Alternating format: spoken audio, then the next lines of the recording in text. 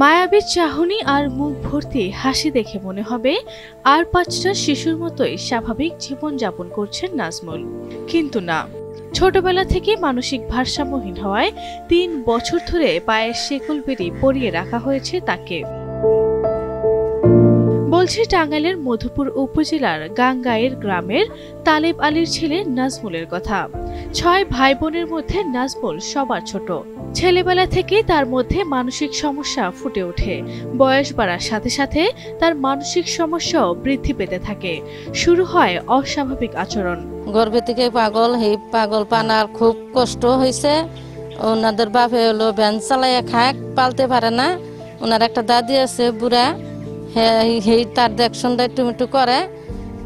এরা যদি সরকার থেকে কিনে অনুদান দিত তাইলে আব্বা চিকিৎসা করলে একটু পরিবর্তন হইতো। মেলা কষ্ট আঙ্গ সিরগলতে বাইন্দা এখন নাকি টাকা পয়সা নাই, আমরা চিকিৎসা করা হয় না।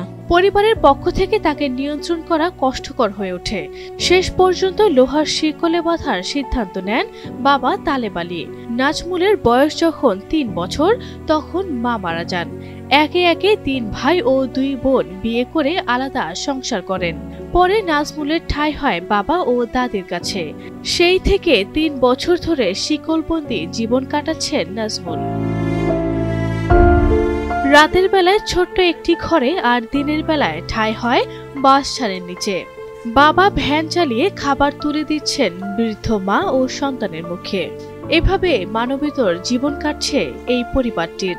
জন্মের তো নির্ণয় এইরকম সাইডা দিলে পরে মনে করেন যে অনেক দূর দূরান্ত জায়গা আনা খুব কষ্ট। আমার আর্থিক অবস্থা খুব খারাপ, সেই জন্য বাইন্দা থুয়া দিয়া কামাই উজারের একটু চেষ্টা করি। পায়খানা প্রস্রাব করে হাড়ি আন দিয়ে খাওয়াই, কাউ গোসল ধোয়াই। আমারই কষ্ট। এই দেশে দেশে ঘুরে ঘুরে ঘুরে হাতে হাতে আনি। ওর হয়েছে আবার গাড়িতে জায়গা হারাই, জায়গা পাওয়া যায় না। নাজমুলের চিকিৎসা সহ পরিবারটির পাশে দাঁড়াতে বিত্তবানদের এগিয়ে আসার অনুরোধ এলাকাবাসীর। আমরা দীর্ঘদিন যাবত এই রাস্তা দিয়ে চলাচল করি, দেখতেছি ওকে দীর্ঘদিন এইভাবে সিরকল দিয়া বাইরে রাখা হচ্ছে।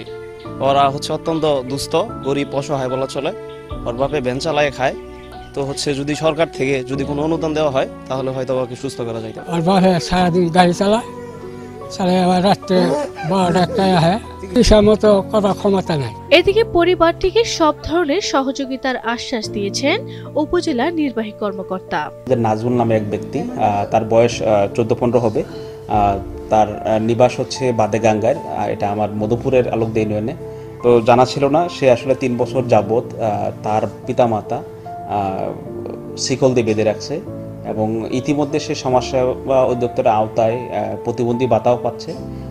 যেহেতু পরিবারটা খুবই অসহায় এবং তাদের সহায় সম্বল খুবই কম, আমি উপজেলা হিসাবে চেষ্টা করব যে তাকে কিভাবে দ্রুত সংস্থান করা যায় এবং চিকিৎসার ব্যবস্থা করা যায়। বিত্তবানরা পাশে দাঁড়াবে নাজমুলের, স্বাভাবিক জীবনে ফিরবে সে, এমনটাই প্রত্যাশা তার পরিবার ও স্থানীয়দের।